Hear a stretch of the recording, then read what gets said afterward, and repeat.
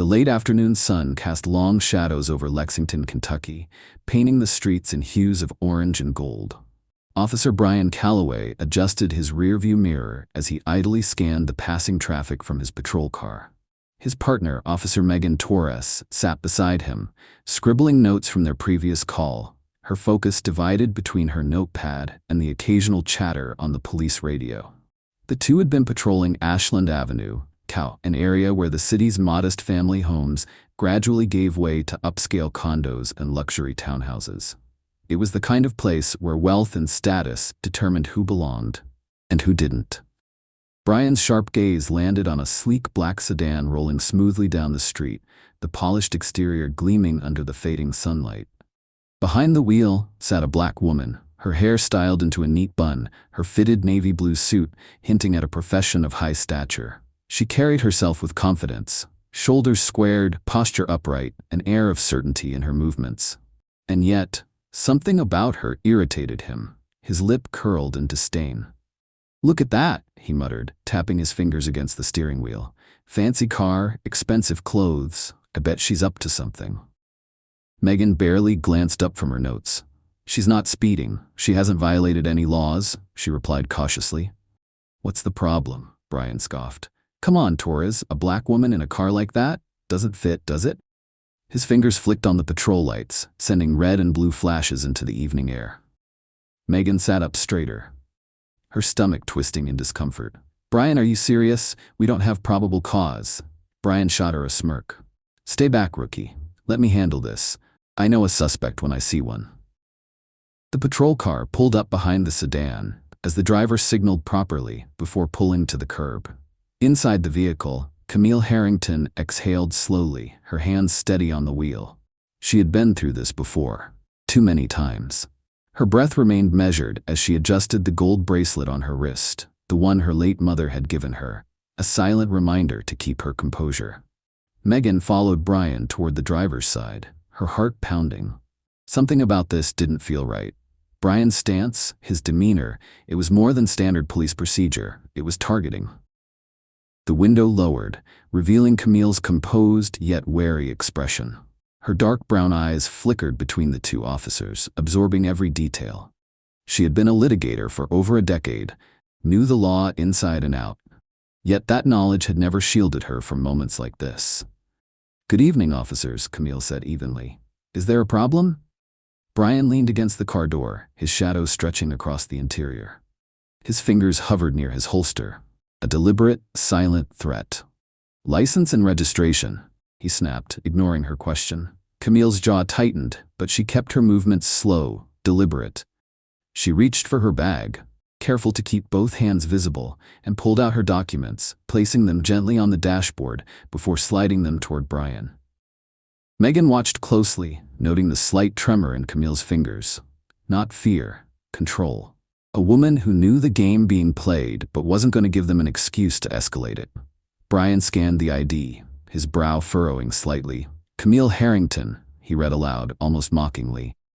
"That's a nice name. What brings you to this part of town?" Camille's head tilted slightly, her lips pressing into a thin line. "I live in this city," she replied. "I'm heading to a meeting." Brian let out a low chuckle. Must be some meeting driving a car like this. Megan felt a knot tighten in her stomach. The way Brian was speaking, it wasn't just about an officer checking credentials, it was something deeper. Something uglier. "Brian," she whispered, stepping slightly closer. "She's cooperating, let's not escalate." But Brian wasn't listening. His fingers gripped the door handle suddenly, and with one swift motion, he yanked it open. "Step out of the car," he ordered, his grip tightening around the edge of the door. Camille's expression barely flickered, but her pulse spiked.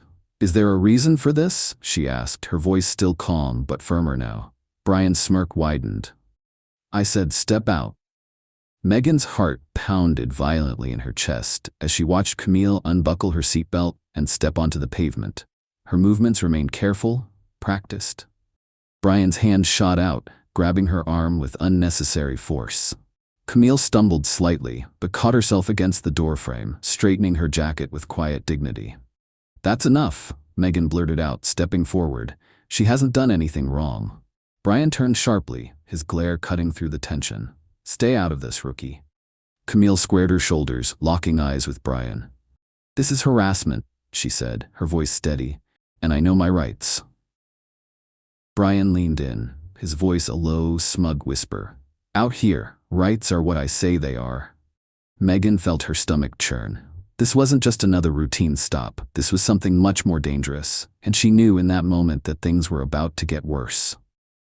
The air around them grew thick with tension, the distant murmur of traffic and onlookers fading into the background. Camille Harrington stood firm, though she could feel the tight grip of Officer Brian Calloway's fingers pressing into her arm. She was no stranger to moments like these, but something about this encounter felt different, more dangerous, more deliberate.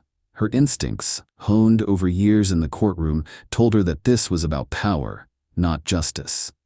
Officer Megan Torres clenched her fists at her sides, the weight of the moment pressing down on her.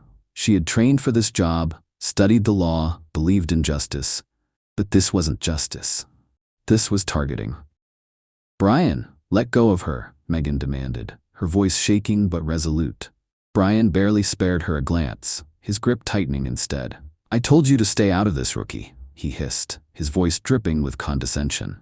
Camille pulled her arm free with a measured movement, straightening her blazer as if shaking off his control. She locked eyes with Brian, refusing to be intimidated. This is illegal, she stated. You have no cause to detain me. No probable cause to stop me in the first place. If you don't let me leave now, you will regret it. Brian let out a cold chuckle. Is that a threat? Camille's expression remained unreadable, but the fire in her eyes never wavered. It's a fact. A murmur rose from the small crowd gathering on the sidewalk, drawn by the flashing lights and the unmistakable signs of a situation spiraling out of control. A few people held up their phones, cameras rolling, capturing every moment. The realization seemed to ignite Brian's aggression further rather than temper it. Turn around, Brian ordered, stepping closer. Hands on the car. Camille stood her ground. For what charge? Brian's jaw clenched. Suspicious behavior. Megan could hardly believe what she was hearing. Brian, she's literally standing here. That's not a crime. Brian ignored her, pulling his handcuffs from his belt. The metallic clink sent a fresh wave of tension through the air. Camille's pulse quickened, but she forced herself to remain calm. You're making a mistake, she said, her voice cutting through the moment like steel. But Brian was past listening. He grabbed her wrist, twisting it toward her back. That's when everything changed. Camille's bag slipped from her shoulder, tumbling to the ground. Its contents scattered onto the pavement, her phone, car keys, a legal notepad, a slim black leather wallet. Brian barely glanced at the items before crouching down, his fingers swiftly closing around a small plastic bag that had mysteriously appeared near Camille's belongings. Megan's breath caught in her throat. She had seen Brian's hand dip into his pocket just moments earlier. Now, he held up the bag, a small clear pouch containing a white powdery substance. Well, Brian announced loudly, turning toward the growing crowd, his voice dripping with mock triumph. Looks like we've got ourselves a drug situation here. The crowd murmured louder, their reactions a mixture of disbelief and anger. Camille stared at the bag, then at Brian, her fury barely contained. That's not mine, she said, her voice like a razor's edge. You planted that. Brian smirked, twirling the bag between his fingers. That's a nice story, lady, but I don't think it's going to hold up in court. Megan felt like she was going to be sick. She had seen it happen. She knew exactly what Brian had done. And she also knew this was the moment of truth. Camille turned her gaze to Megan, her dark eyes steady. You saw what he did, she said quietly, her voice carrying weight. You know this is wrong. Megan's hands shook at her sides. She could feel Brian's gaze burning into her, daring her to defy him. Stay quiet. Keep your job. Look the other way. The unspoken warning hung in the air like a storm cloud. But Camille's voice cut through the noise. I've spent years fighting cases like this, she said. I've defended people who've had their lives ruined because an officer like him decided they were guilty before they even spoke. The crowd shifted uneasily, anger rising in pockets, cameras still rolling. Megan felt her heart hammering in her chest. Her father's words echoed in her mind, a lesson he'd repeated since she was a child. Integrity isn't easy, but it's what makes you a good person. Brian's voice was ice cold as he stepped closer to her, speaking low enough for only Megan to hear. "You say one word," he whispered, "and you'll regret it." Megan swallowed hard. Her mind spun with fear. But then she looked back at Camille, standing tall, unwavering, strong, even in the face of injustice. This wasn't just about this moment. This was about every person like Camille who had been silenced. This was about the kind of officer Megan wanted to be. She took a shaky breath, her pulse thrumming in her ears. Then she spoke. "No."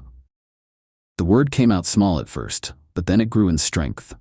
"No," Megan repeated, louder now. She stepped forward, placing herself between Camille and Brian. The crowd hushed, the tension snapping tight like a live wire. Brian's face darkened. "What the hell are you doing, Taurus?" Megan forced herself to meet his glare. "I saw you plant that bag, and I won't be a part of this." Gasps rippled through the crowd. A woman near the front clutched her chest, whispering, "Did she just say that?" Camille exhaled sharply, her eyes locking on Megan's. Brian's face twisted in rage. "You're done, Taurus. Do you hear me? You're finished." Megan's hands were trembling, but her voice was steady. "If that's what it takes to do the right thing," she said, "then so be it." For a moment, Brian just stared at her, fury and disbelief warring in his expression. Then Camille did something no one expected.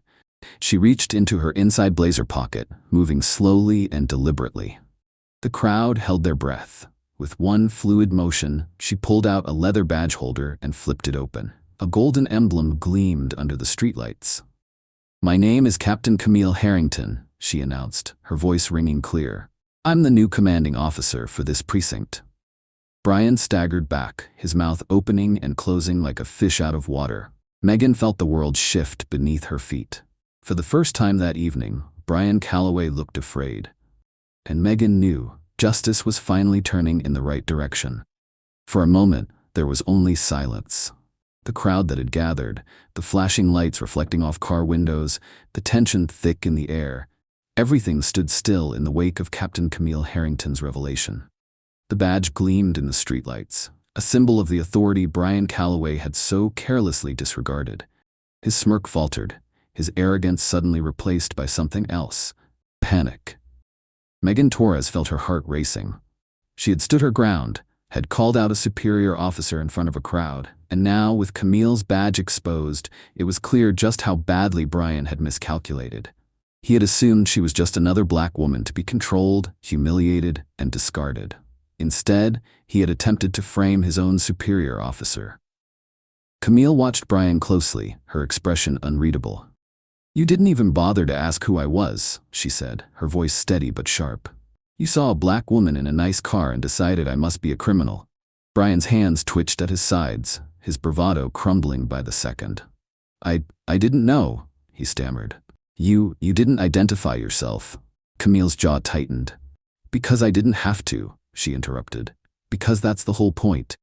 Every person you've ever treated this way, every single individual you've abused your power over, they didn't have a badge to stop you. And I'm willing to bet you've done this more times than anyone knows."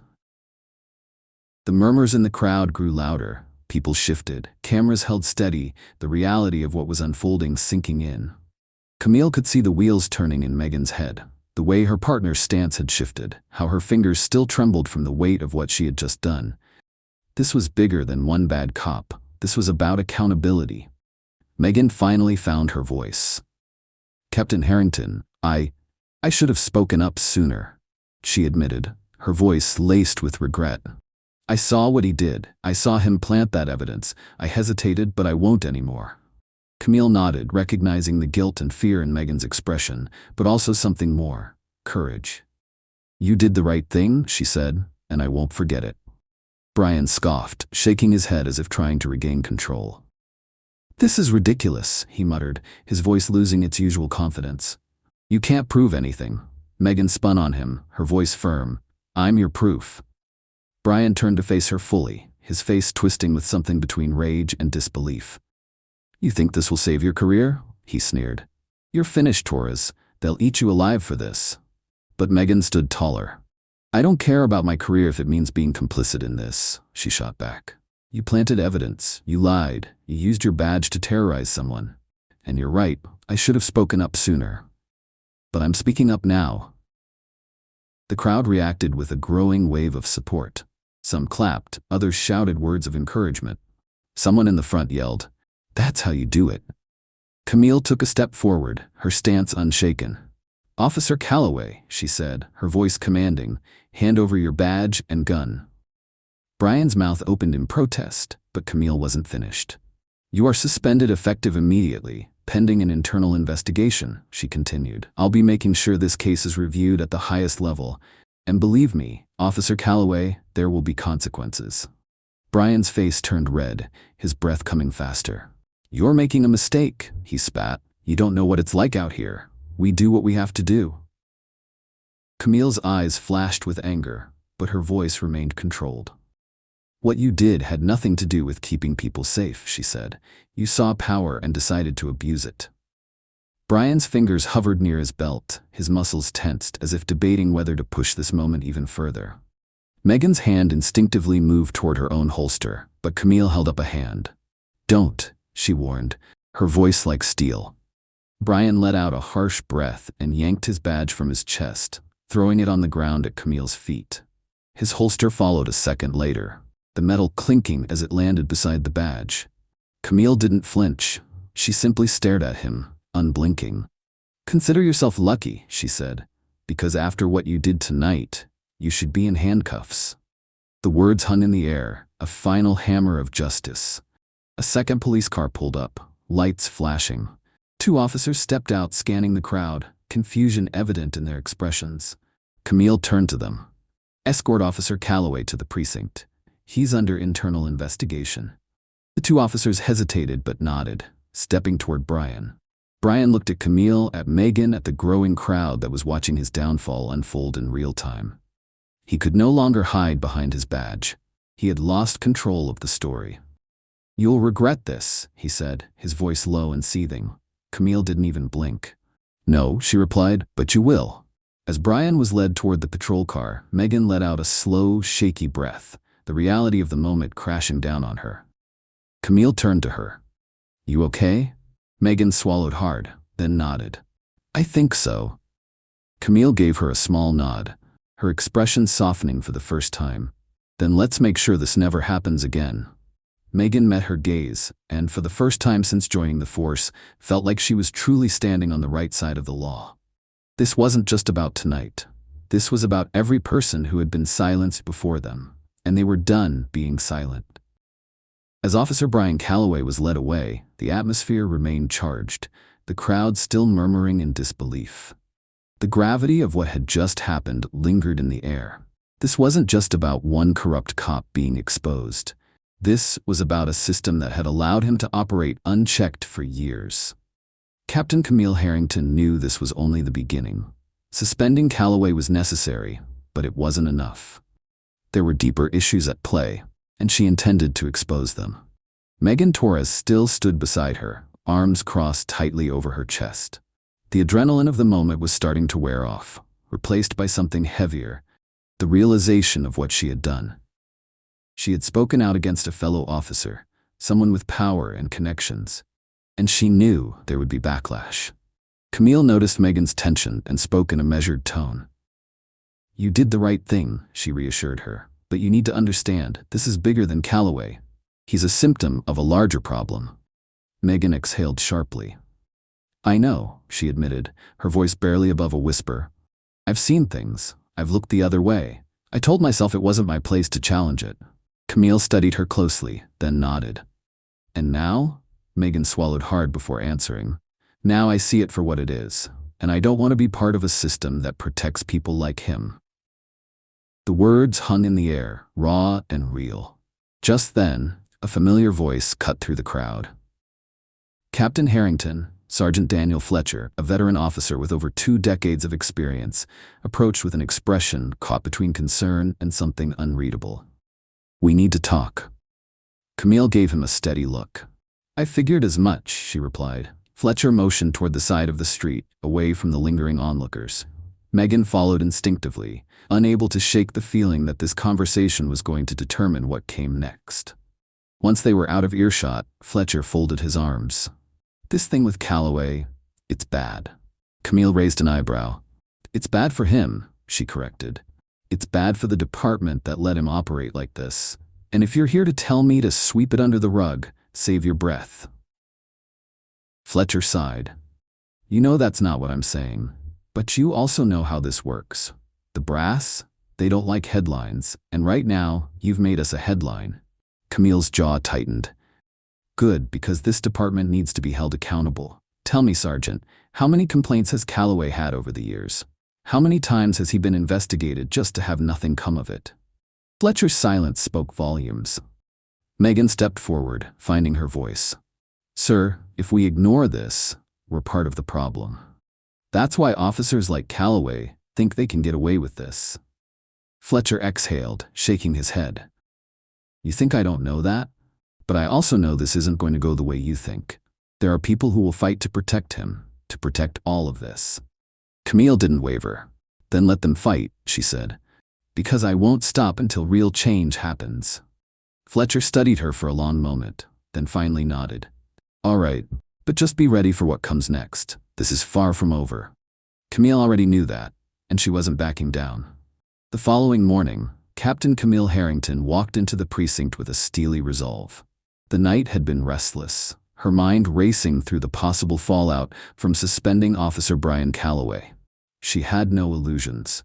This was going to get ugly. People in power didn't like their authority challenged, especially when it threatened the status quo. As she stepped inside, a hush fell over the room. Officers who had once greeted her with casual nods now barely looked up from their desks. Others whispered in hushed tones, avoiding eye contact. Camille expected this reaction, but it still stung. The department wasn't just a workplace. For many, it was a family. And she had just exposed a long-protected secret. Megan Torres entered shortly after, looking equally tense. She had taken the biggest risk of her career by speaking out against Calloway. The weight of her decision was visible in the stiffness of her shoulders, the way she clenched her jaw as she scanned the room. She hadn't been naive. She knew there would be consequences, but she wasn't prepared for the sheer coldness of her colleagues. Morning, Torres, a voice called out. She turned to see Officer Rick Delaney, one of Calloway's closest friends, leaning against a filing cabinet with his arms crossed. His smirk didn't reach his eyes. How's it feel, throwing one of your own under the bus? Megan inhaled sharply. I did what was right, she said, her voice steady despite the nerves threatening to choke her. Delaney scoffed. Right. And how long do you think you'll last here after pulling a stunt like that? Camille stepped forward, her presence commanding the room. That's enough, Delaney, she said firmly. Officer Torres did what a good cop is supposed to do. She told the truth. Delaney's smirk faded slightly, but he wasn't done. If telling the truth means betraying the people who've had your back, then maybe she's in the wrong job. Megan's fists clenched, but Camille placed a steadying hand on her arm, silently urging her to keep her composure. Delaney shook his head, laughing under his breath. Just saying, Captain, you're making a lot of enemies. With that, he pushed off the cabinet and walked away, leaving a lingering tension in the air. Megan exhaled, barely realizing she'd been holding her breath. This is bad, she muttered. Camille nodded. It is. But that doesn't mean we back down. Before Megan could respond, the precinct captain's door swung open. Deputy Chief Alan Whitaker stood in the doorway, his expression unreadable. Harrington, my office, now. Megan shot Camille a nervous glance, but Camille simply nodded and walked toward the office, her head held high. The door shut behind her, sealing Camille in with one of the most powerful men in the department. Alan Whitaker was an old-school cop, someone who had spent decades rising through the ranks. He had a reputation for being a political survivor, a man who knew how to navigate the system to protect those in power. Camille had worked under him long enough to know he wouldn't be happy about what she'd done. He leaned against his desk, arms crossed. What the hell were you thinking, Harrington? Camille met his gaze evenly. I was thinking that a corrupt officer got caught violating the law and I took the appropriate action. Whitaker's lips pressed into a thin line. Do you have any idea the kind of mess you've just created? He pushed off the desk, stepping closer. You didn't just suspend one officer. You put a target on your own back. Camille didn't flinch. Then so be it. Whitaker exhaled sharply, rubbing his temple. Damn it, Harrington. You think this is about Calloway? You think he's the only one? You just opened the floodgates. For the first time, Camille saw something unexpected in his eyes, not just frustration, but something closer to fear. She frowned. Then tell me, what am I up against? Whitaker hesitated. Then, in a rare moment of honesty, he said, a system that protects its own. A system that doesn't want people like you digging around. Camille folded her arms. So, what are you saying, that I should just look the other way? Whitaker shook his head. I'm saying you need to be smart about this. Calloway, he's expendable. But if you keep pushing, you'll find out real fast that there are people in this department who aren't. Camille's stomach tightened. She had known corruption existed, but the way Whitaker spoke made it clear. It ran deeper than she thought. He sighed. They're going to try and break you. Discredit you. Maybe even make you disappear from this department. So you better ask yourself, how far are you willing to go? Camille didn't hesitate. All the way. A flicker of something, respect, crossed Whitaker's face before he masked it with his usual sternness. Then you'd better be ready. With that, he dismissed her. As Camille left the office, she felt the weight of what was coming. Whitaker had essentially confirmed what she already suspected. Calloway was just one piece of a much bigger problem. There were more officers like him, protected by a system that thrived on silence and fear. She stepped back into the main room, her eyes immediately finding Megan's. The younger officer was watching her closely, waiting for some kind of signal. Camille gave her a small nod. Megan exhaled in relief. So? She asked cautiously. Camille's voice was calm, but her determination was sharper than ever. They're going to try and stop us. Megan swallowed hard. And what do we do? Camille glanced around at the precinct, at the officers who still refused to meet her eyes, at the ones who resented her for exposing the truth. She took a deep breath. We keep going. The fallout from Captain Camille Harrington's decision came faster than expected. By the next morning, the department's internal politics had shifted against her. The first sign was subtle. Her email access had been mysteriously revoked. Then came the sudden cancellation of a meeting she had scheduled weeks ago. By noon, it was clear she was being iced out. Megan Torres noticed it too. She approached Camille's desk, her voice hushed. They're already moving against you, she said, sliding a file onto Camille's desk. I overheard Delaney and a few others talking in the break room. They're making calls, trying to find a way to get you reassigned. Camille barely blinked. Let them try. Megan hesitated. It's more than that. Word spreading that they're digging into your past, trying to find anything they can use. Camille clenched her jaw. She had nothing to hide, but in a system like this, the truth didn't always matter. She leaned back in her chair, exhaling slowly. And Calloway? Megan's expression darkened. Lawyers are involved.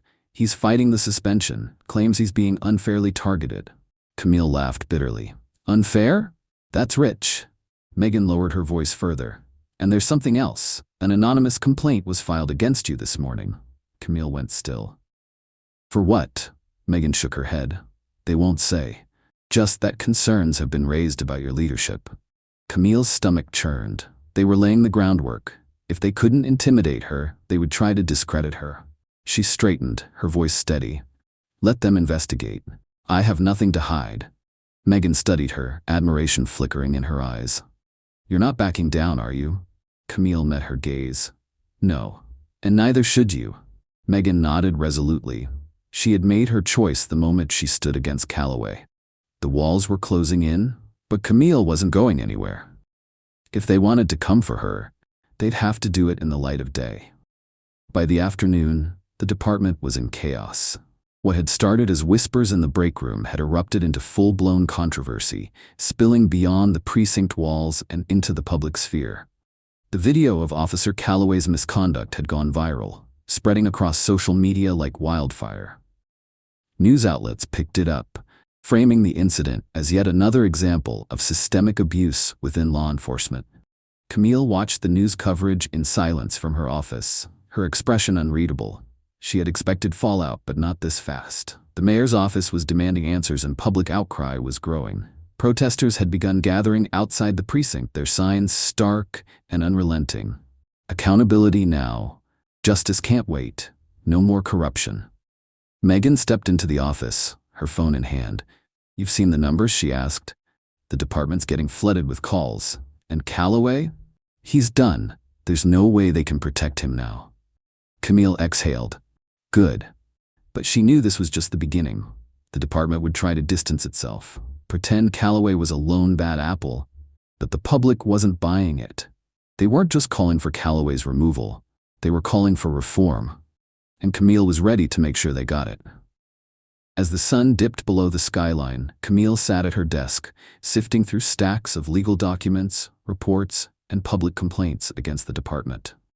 The video of Calloway's misconduct had done more than expose one corrupt officer. It had ripped open a long-ignored wound within the community. The people weren't just demanding Calloway's removal. They wanted real, systemic change. And Camille wasn't going to let this moment pass. A knock at her door broke her concentration. Megan stepped in, her expression grim but determined. "The chief's office called a meeting," she said. "They're feeling the pressure. The mayor's office is on their back, and they want to discuss policy changes to control the damage." Camille nodded, already expecting this. Damage control. That was always the first instinct. Make a statement, shift blame, sweep the problem under the rug. But not this time. Not if she had anything to do with it. When Camille arrived at the meeting, she saw that the department brass looked uneasy. Chief Rollins, usually composed, wore deep lines of exhaustion on his face. The mayor's representative sat stiffly at the head of the table. "This department cannot afford another scandal," Rollins began, his voice heavy. "We need a plan to rebuild public trust." Camille leaned forward. "Public trust won't come from empty gestures," she said. "It comes from real, enforceable policies, independent oversight, body cameras, a clear zero-tolerance policy for misconduct." Silence hung in the air. Some officers shifted uncomfortably. Others avoided her gaze. "We can't just protect our own anymore," she continued. "If we want this department to survive, we have to change, and that starts now." The mayor's representative cleared his throat. "What exactly are you proposing, Judge Carter?" Camille met his eyes without hesitation. "I'm proposing a system that holds officers truly accountable, not just when the public catches them, but before corruption even has a chance to grow." She could feel the tension in the room, but she wasn't backing down. The fight for justice wasn't just about this one case. It was about breaking the cycle, once and for all. As Camille finished outlining her proposal, the room remained eerily silent. Chief Rollins exchanged a glance with the mayor's representative, both men clearly weighing their options. The tension was thick enough to cut with a knife. "We hear your concerns, Judge Carter," the mayor's representative finally said, his tone measured, careful. "But implementing such sweeping reforms, especially independent oversight, will require significant funding and approval from multiple channels." Camille folded her arms. She knew a deflection when she heard one. "We've had the funding for years," she countered. "It's just been allocated to protecting the department from lawsuits instead of preventing them." A few officers in the room shifted uncomfortably, but Rollins remained stoic. "We can't change the system overnight," he said, his voice carrying an air of finality. Camille leaned forward, her eyes locked onto his. "Then tell me, Chief, how many more lawsuits, how many more ruined lives before overnight becomes too late?" Rollins exhaled sharply, rubbing his temples. "We need time to review." "We don't have time," Camille interrupted, her voice steady but firm. "The public is watching. They're demanding change. Either we do this the right way, or we watch this department crumble under the weight of its own corruption." The room fell silent again, but this time Camille could feel it. A shift, a crack in the resistance. Some of them were listening, some of them understood.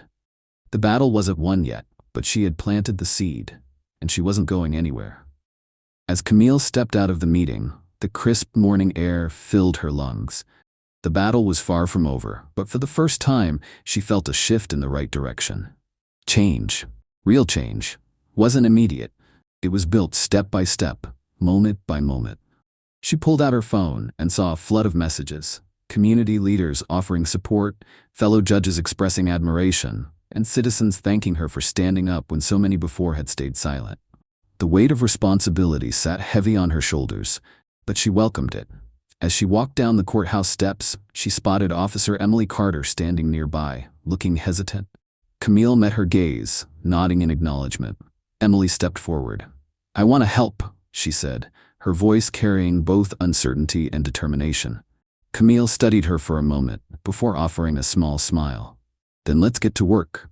The fight wasn't just about one case, one officer, or one policy. It was about shifting the culture, ensuring accountability, and making sure justice wasn't just a promise, but a reality. And Camille Carter was ready to lead the charge.